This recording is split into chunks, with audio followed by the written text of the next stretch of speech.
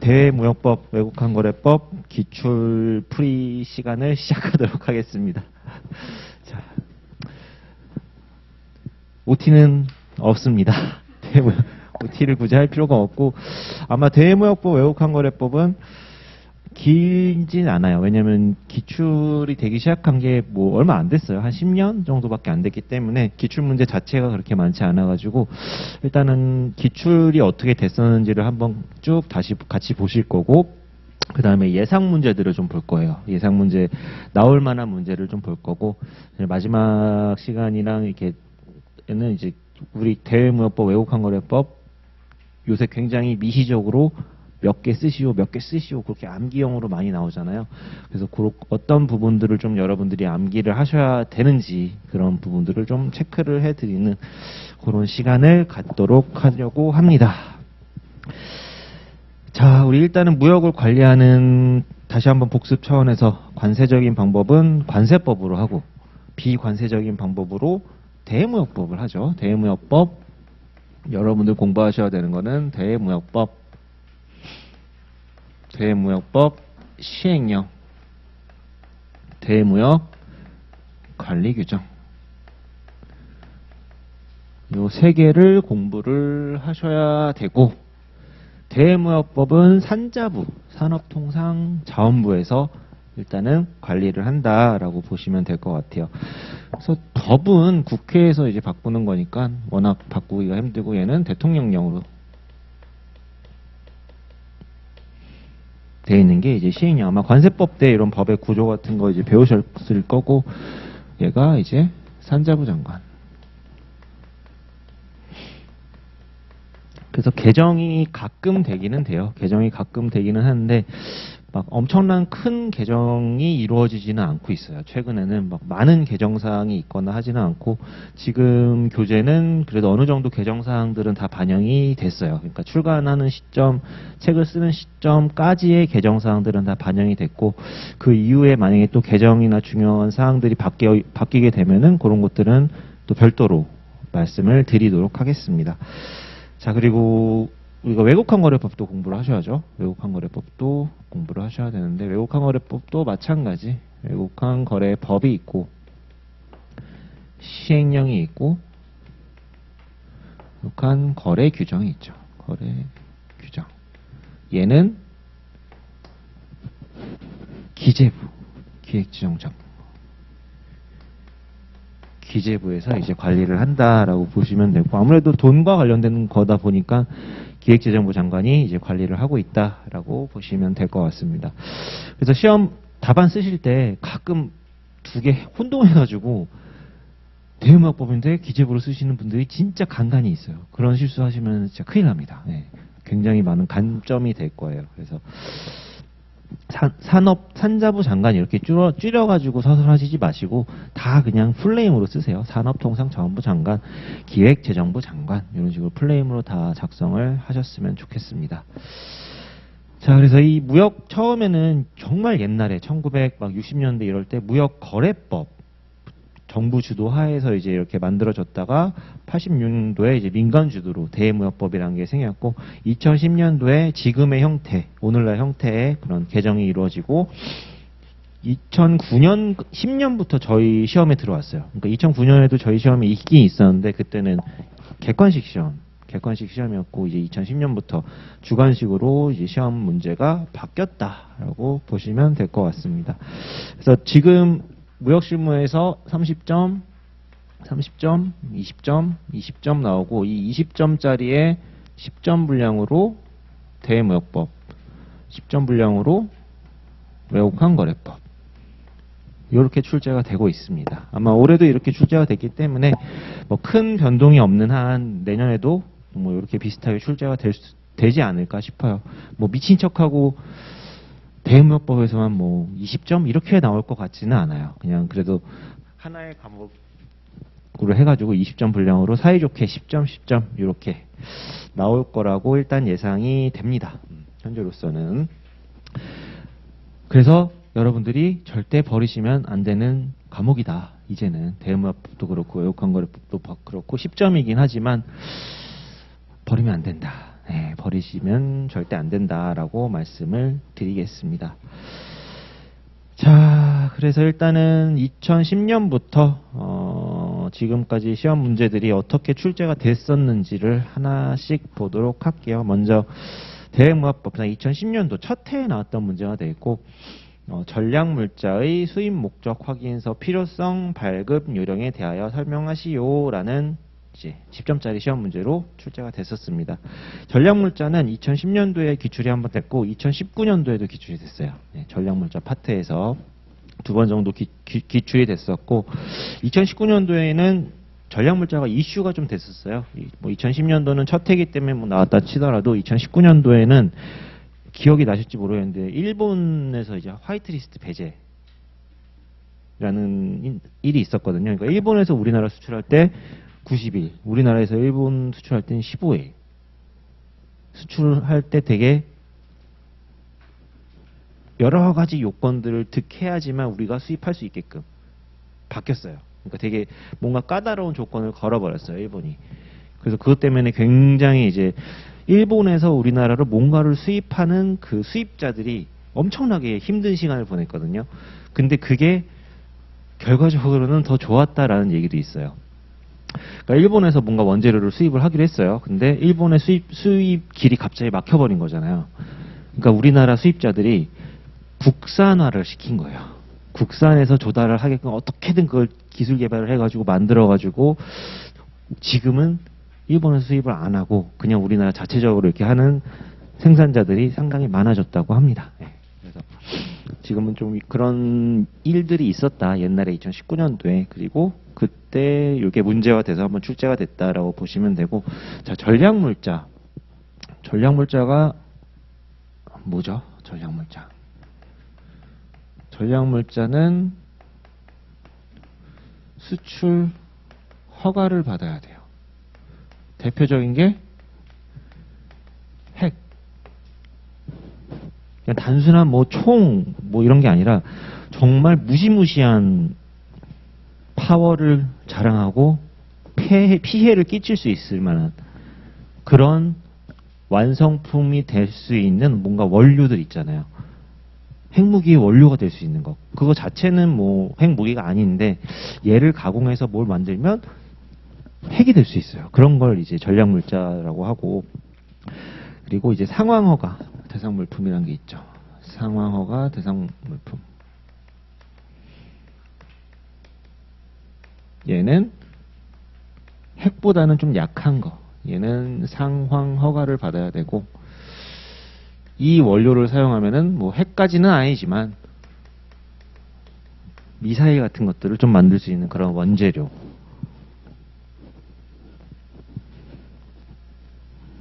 뭐 여러 가지가 있을 수 있겠죠. 뭐 텅스텐 이런 것들도 이제 하나의. 근데 텅스텐을 수입한다고 해서 무조건 그거를 수출한다고 해서 다 제한할 수는 없는 거예요. 걔가 다른 목적으로 핵무기가 아니라 우리 다른 원료로 쓰인다 하면은 그걸 증명만 하면은 또 수출이 다 가능합니다. 자, 그래서 전략물자를 규정하고 있는 법령은 여러 가지가 있는데 대외무역법도 그 중에 하나고, 방위산업법, 원자력 무슨 법? 원자력 안전법, 전략물자 관련해가지고 언급을 하고 있는 법 조항들은 뭐 이런 것들이 있는데, 이 중에서 우리는 전략물자만 공부를 하면 되는 거고 대외무역법만 공부를 하시면 되는 거고, 전략물자 관련된 일단 수입 목적 확인서 필요성, 그리고 뭐 발급 요령에 대해 설명하시오. 옛날에는 뭐 필요성도 있고 발급 요령도 있지만 좀 전체적으로 목차를 잡아서 쓰게끔 문제가 나왔어요. 그래서 전략물자랑 관련된 문제니까 당연히 의의에다가, 자, 거기 밑줄 치실게요. 산업통상자원부 장관은 중요한 키워드 위주로 밑줄을 쳐드릴게요. 국제수출통제체제의 원칙에 따라 국제평화 등을 위하여 수출허가 등 제한이 필요한 물품 등, 자, 기술도 포함한다고 돼 있어요. 을 지정하여 고시하여야 한다. 이게 전략물자에 어떻게 보면은 대외무역법상에서 얘기하고 있는 정의예요. 뭐 전략물자란 뭐 이런 정의가 따로 있는 건 아니고 국제수출 통제체제의 원칙에 따라 국제평화 등을 위하여 수출 허가 등 제한이 필요한 물품. 이렇게 일단은 그 제한을 정의를 하고 있고, 그리고 7가지가 있죠. 총 국제수출 통제체제. 교재가 있으시면은 좀 같이 보셔도 될 것 같은데, 요게 시험 문제였죠.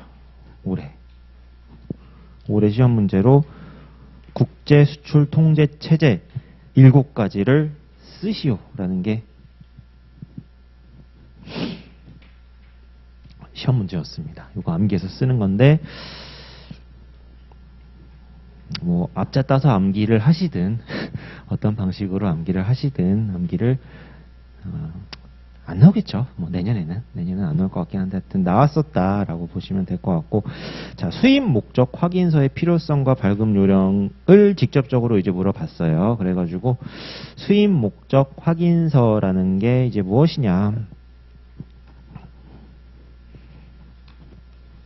전략물자에서도 아직 안 나온 부분들이 꽤 있거든요. 그런데 일단은 우리나라가 만약에 전략물자를 수입을 한다고 할게요. 그럼 여기서 수출을 하겠죠. 중국에서 수출을 하고 우리나라에서 수입을 하는데, 우리나라에서 수입자가 수입 목적 확인서를 발부해서 중국에 주는 거예요. 아, 니네가 수출하는 그 텅스텐은 우리나라에 들어와서 핵을 만드는 게 아니라 다른 용도로 쓸 거야 라는 것을 정확하게 정부기관에서 이제 발급을 받아가지고 산통부 장관한테 이제 신청을 해가지고 받으면은 이제 수입을 할 수 있다라고 보시면 될 것 같아요. 자, 그래서 수입 목적 확인서에 대해서는 그 대무역법상에서 어떤 정의가 있지가 않거든요. 근데 전략물자 수출입고시라고 있어요. 거기에 정의가 나와 있습니다. 그래서 만약에 시험 문제 나오면 전략물자 수출입고시 2주에 나오는 그 정의를 가져다 쓰면은 좋지 않을까 싶어가지고, 자, 수입 목적 확인서라 함은, 자, 쭉 밑줄 치실게요. 수입자가 해당 전략물자를 수입하여 사용하고자 하는, 자, 목적의 동그라미, 목적과 그 다음에 제3국으로 전송 한적 또는 수출하지 않은 것임을, 자, 서약의 동그라미, 서약한 사실을, 자, 정부의 동그라미, 정부가 확인해주는 서류입니다. 정부가 관리하겠다는 거죠, 어떻게 보면은. 자, 그리고 실질적으로 이 2010년도에 물어본 건 목차 2번과 목차 3번 필요성이랑 발급 요령 2개만 물어봤지만, 우리는 하나의 노술문을 작성해야 되기 때문에 이때 당시에는 이렇게 목차를 잡아서 쓴 거죠. 자, 필요성. 자, 전략물자를, 거기 밑줄 치실게요. 전략물자를 수입하려는 자는 산통부 장관에게 수입 목적 등의 확인을 내용으로 하는 수입 목적 확인서의 발급을 신청할 수 있다.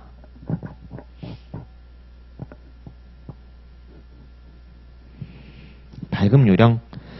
자, 전략물자 수입 목적 확인서를 발급받으려는 자는 전략물자 수입 목적 확인서 발급 신청서에 그 전략물자의 최종 사용자 및 사용 목적을 증명할 수 있는 서류 등 전략물자의 수입 목적을 확인하는 데 필요한 서류 등을 밑에 줄에 첨부하여 산통부 장관에 제출하여야 한다.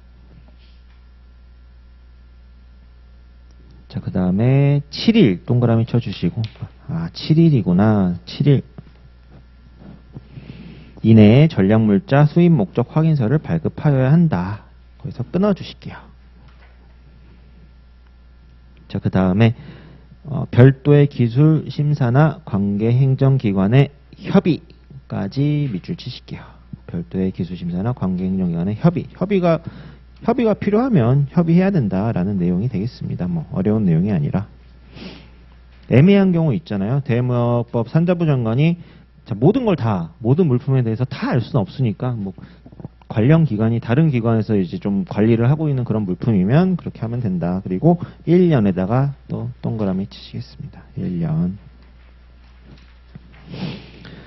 그래서 2010년도에 나온 뭐 좋은 문제죠. 이런 식으로 시험 문제 나오면은 하나의 이렇게 의의부터 해가지고 뭐 수입 목적 확인서 필요성, 발급 요령까지 쓰는 그런 문제가 됐었다. 자, 근데 요즘 문제는 좀 이따 가서 또 보시도록 하겠습니다. 그래서 전략물자 관련해가지고, 요런 시험 문제가 이제 2010년도에 나온 적이 있다라고 보시면 될 것 같아요. 실무적으로 전략물자 우리 수출할 때, 이것도 HS 코드에 따라 전략물자인지 아닌지가 다 판별이 되거든요. 그러니까 진짜 중요한 게 HS 코드, 정확한 HS 코드를 잡는 게 여러분들이 나중에 관세가 되시면은 제일 중요한 게 이 HS 코드에 따라서 싹 모든 것들이 다 바뀌어요. 관세율 바뀌죠. 요건이 뭐가 걸리는지 바뀌죠. 전략물자인지 아닌지 이런 것들도 다 바뀌죠. 그렇기 때문에 HS 코드를 잡는 게 진짜 중요하다. 그리고 전략물자 대상 물품들도 꽤 있어요. 우리가 수출하는 물건 중에. 그러면은 이거에 대해서 보통은 자가 판정을 해요. 자가 판정 해가지고 그 자가 판정서를 세관에 제출하면은 세관에서 승인을 해줍니다. 네. 전략물자 관련된 그 관리 시스템 홈페이지가 별도로 있어요. 거기에 기업체 자기 로그인 아이디 만들어가지고 들어가가지고 아니요 아니구나 그렇게 돼요. 뭐 되게 거창하게 뭘 하지는 않아요. 네. 이제 저희는 그거를 가이드를 해드리죠. 아, 이런 거 있으니까 니네가 자가 판정해. 아니면은 우리한테 맡겨주면은 우리가 들어가서 대신 해줄게. 너네가 회원가입해가지고 우리한테 넘겨. 아이디랑 받아가지고 우리가 하는 경우도 있고. 네. 자, 이렇게 보시면 될 것 같고. 자, 문제 2번. 문제 2번은 좀 어려운 문제 중에 하나였다. 조금 까다로운 문제 중에 하나였었다라고 보시면 될 것 같아요.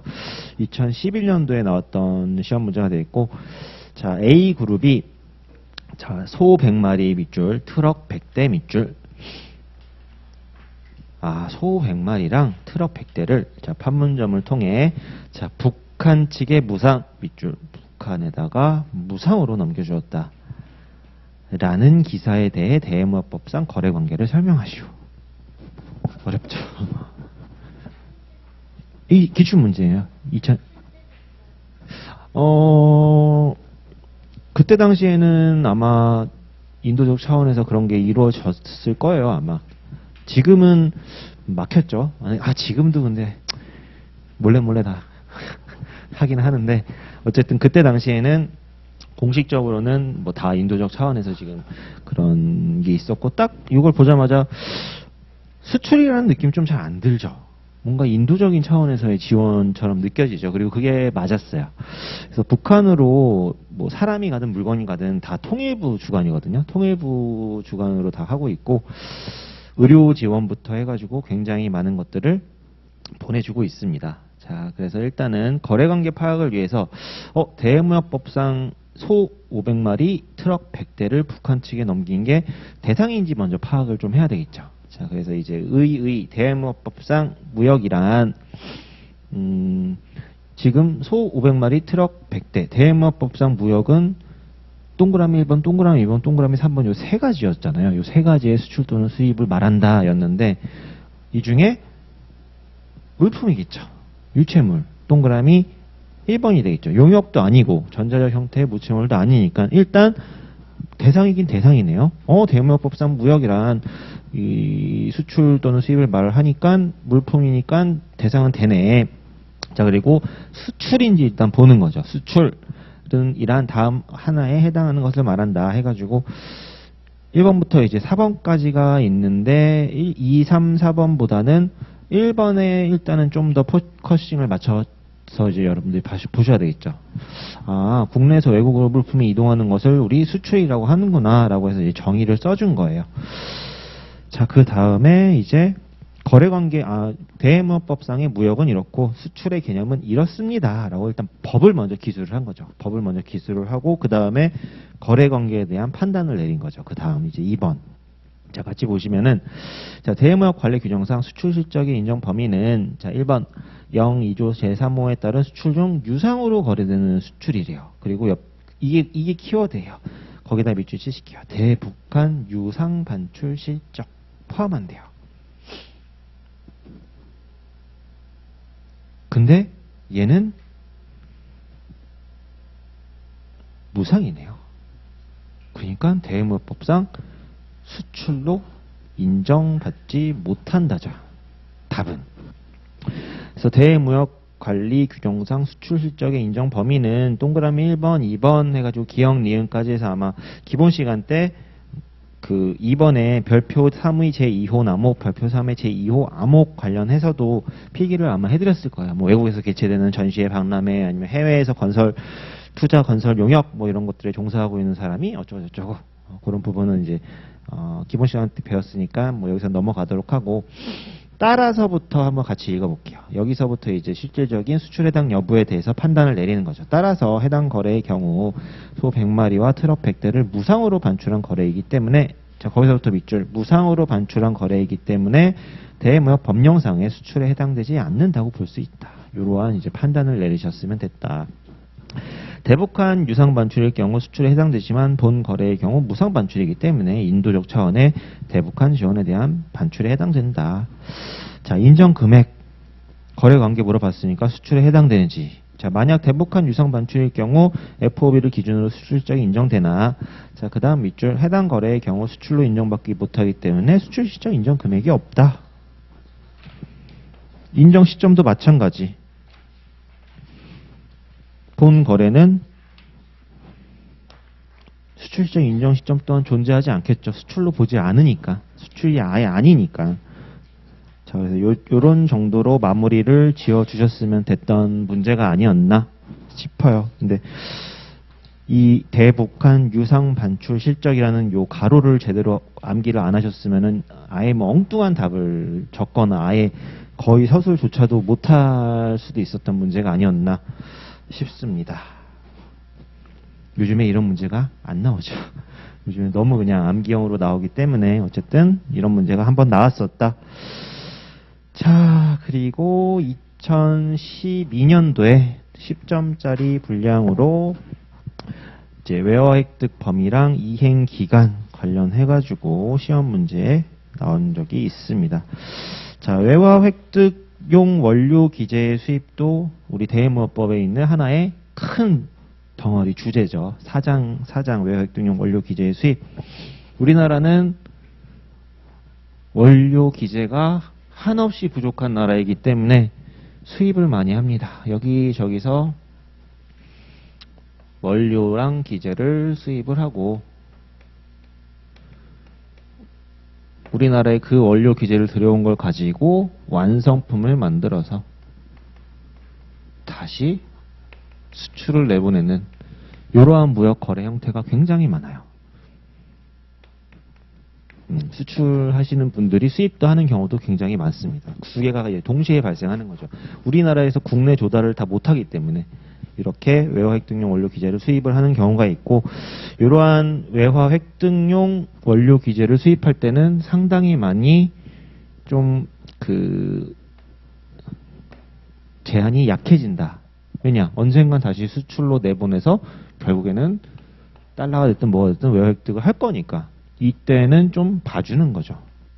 그래, 이 물건은 네가 들여와가지고 뭐 우리나라에서 뭐 이렇게 달러가 나가긴 하지만 얘가 언젠간 또 다시 또 돈을 벌어오니까 좀 제한을 좀 약하게 한다.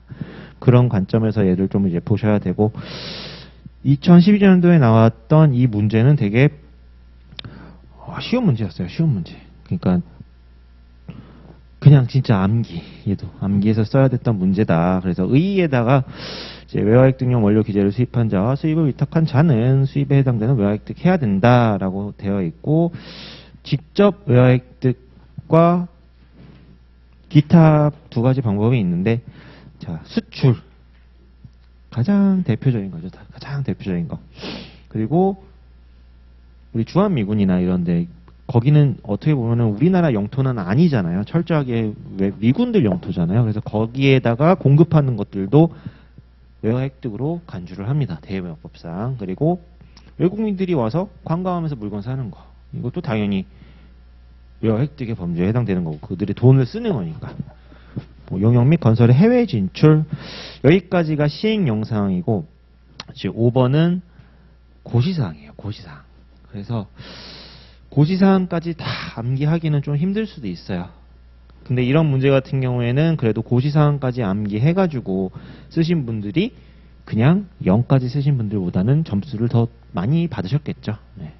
그래서 기억부터 비읍까지가 있는데 외워 획득 요 부분은 워낙 중요하니까 고시까지 좀 암기를 하셨으면 좋겠습니다. 기출도 됐었고 또 읽어보면은 다 공통점이 있어요. 기억, 니은, 디귿 묶으셔서 같이 공부하시면 될 것 같고 외국인으로부터 외화를 받고 외국인으로부터 외화를 받고 외국인으로부터 외화를 받고 일단 외국인으로부터 뭘 받았어요. 그 다음에 첫 번째는 보세 지역의 물품 공부, 두 번째는 공장 건설에 필요한 뭐 물품을 국내에 공급. 자, 그 다음에 뭐 미음, 외화를 받고 외항 선박에 성기용품을 공급하거나 급여하는 경우. 뭐 최소한 4가지 정도만이라도, 나머지 2개는 좀 길고 어려우니까 다 못 쓴다 하더라도 최소한 4개 정도는 같이 암기하셨으면 좋겠고, 수출의 알선, 자 얘도 외화획득에 준하는 행위로 보는 외화획득 범주에 해당이 됩니다. 얘도 영사항이기 때문에 2번은 가로 2번은 당연히 써주셔야 되는 부분이 되겠고, 범위랑 이행 기간에 대해서 또 설명하라고 나왔는데 자, 가로 2번 보시면은 요 1번부터 4번까지 얘도 암기해야 되겠죠. 암기. 자, 그래서 가로 1번에 자 거기다 밑줄 치실게요. 수입한 자가 직접 외화 획득 그러면 2년 동그라미 치시고, 자 2번 양수한 자에다가 밑줄 치시고 얘는 양수일로부터 1년. 얘도 1번, 2번 묶어서 공부하시고 3번, 4번 묶어서 공부하시고, 3번은 자 2년 이상의 기간, 그 다음은 상당하는 기간, 하자 및 유지 보수를 위한 외화 획득용 원료 기재. 자 얘는 2년 동그라미 쳐주시고, 얘는 0, 27조 1항입니다. 외화 획득 이행 기간. 시행영상이에요. 시행영상. 그래서 대외무역법도 그렇고 외국환거래법도 그렇고 이해보다는 암기로 좀 접근을 많이 하세요. 암기할 게 너무 많아요. 절차법이거든요. 절차법이기 때문에 뭔가를 엄청나게 뭐 고도의 이해가 필요하지 않아요. 그냥 HS 암기하듯이 앞자 따가지고 빨리빨리 암기하고 너무 막 이렇게 깊이 딥하게 들어갈 필요도 전혀 없어요. 시간 낭비예요. 그냥 빨리 암기하고 넘어가 버리고 나중에 정말 좀 딥하게 공부하고 싶으시면 합격하고 하셔도 늦지 않습니다. 이런 과목들은 그렇게 빨리빨리 쳐내야 돼요. 네. 차라리 그 시간에 무역실무나 다른 과목을 더 공부하시는 게 낫다. 자, 2013년도에 나왔던 이제 원산지 파트에서 시험 문제가 나왔었고, 얘도 철저하게 절차에 대해 쓰는 거였어요. 원산지 판정 절차 및 이의 제기에 대하여 설명하시오. 그러니까 예전에는 문제가 이런 식으로 되게 좀 포괄적으로 나온 부분들이 많이 있어요. 물론 다 이것도 암기긴 하지만 목차를 어느 정도 알고 있어야지 내가, 그러니까 판정 절차에 대한 전체적인 목차를 알아야지 이걸 쓸 수 있는 거잖아요. 그래서 이 틀을 잡고 공부를 했어야 됐다면 지금은 여기에서 뭔가 하나만 쫙 이렇게 더 돋보기를 들여대가지고 하나를 자세하게 쓰게 시험 문제가 좀 많이 나온다. 그렇게 이해하시면 될 것 같고, 자 원산지는 시험 문제 나오면은 원산지 파트에서 나오면은 원산지의 정의는 써주셨으면 좋겠습니다. 원산지란 다시 한번 적어 드릴게요. 기본 시간 때도 해드리긴 했는데, 원산지란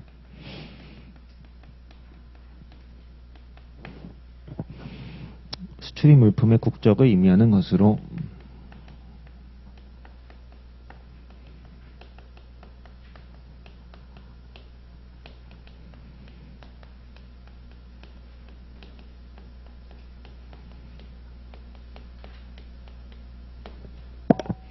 그 물품이 생산되었거나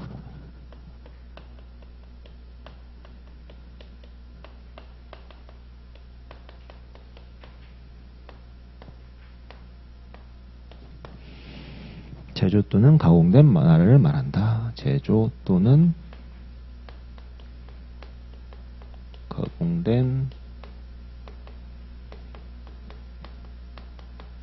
Country of Origin이라고 하죠. 그래서 CO 뭐 이런 표현을 많이 쓰는데 CO는 Certificate of Origin이에요. 원산지 증명서를 말하는 거고 Country of Origin은 이제 원산지.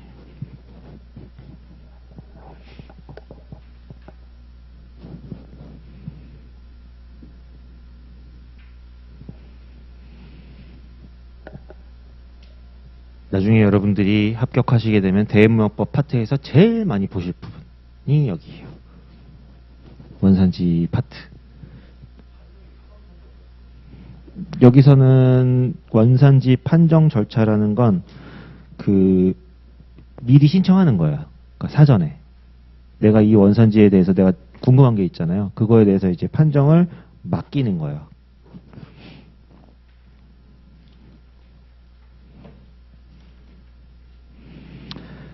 자, 그래서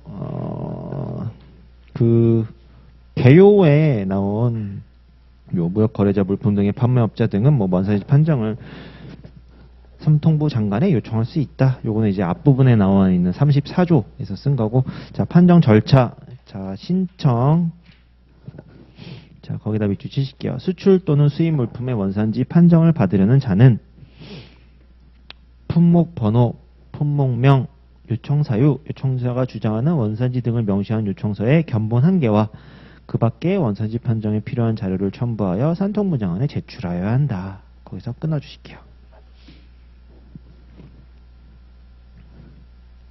그럼 보정 요구를 할 수 있대요. 자, 두 번째, 기간을 정하여 자료의 보정을 요구할 수 있다.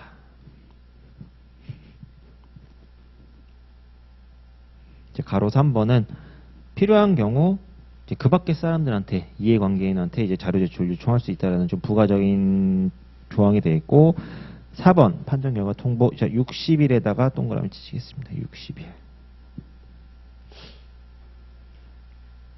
판정 절차가 이거 1번부터 4번까지가 판정 절차고, 이의 제기 절차. 자, 제기 기간 30일에다 동그라미 치실게요. 통보를 받았는데 불복하고 싶어요. 아닌 것 같은데? 그럼 30일 내에 이의를 제기해야 되고, 자, 그 다음에 이의 신청 밑줄. 원산지 판정의 이의를 제기하는 자는 품목번호, 품목명, 이의 제기 사유, 신청자가 주장하는 원산지 등을 명시한 이의 신청서에 원산지 판정에 필요한 자료를 첨부하여 산통부 장관에 제출해야 한다. 아까 신청하는 부분이랑 비슷하죠? 근데 거기는 요청 사유였고, 여기는 이의 제기 사유. 약간 틀린 부분이 이제 조금 있다. 자, 보정 요구 마찬가지입니다. 기간을 정하여 자료 보정 요구. 아까는 자료 제출 요청 그 밖의 기관들의, 근데 여기는 이 관계자의 어떤 의견을 들 수 있는 그런 부분이 되어 있고, 자, 결정 150일에다가 동그라미 치실게요. 150일.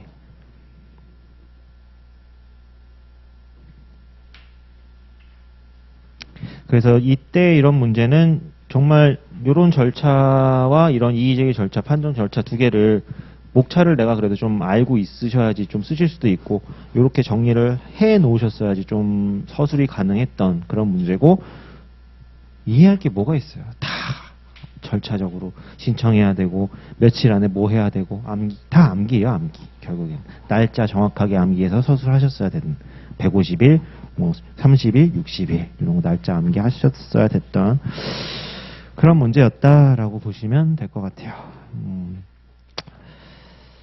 자, 잠깐 쉬셨다가 2014년도 10점짜리 문제 보도록 하겠습니다. 자, 요거는 되게 좀 말이 많았던 문제예요. 조금 문제를 이렇게 했냐라고 좀 그런 얘기들이 좀 없지 않아 있었던 그런 문제입니다. 잠깐 쉬었다가 또 이어서 하도록 하겠습니다.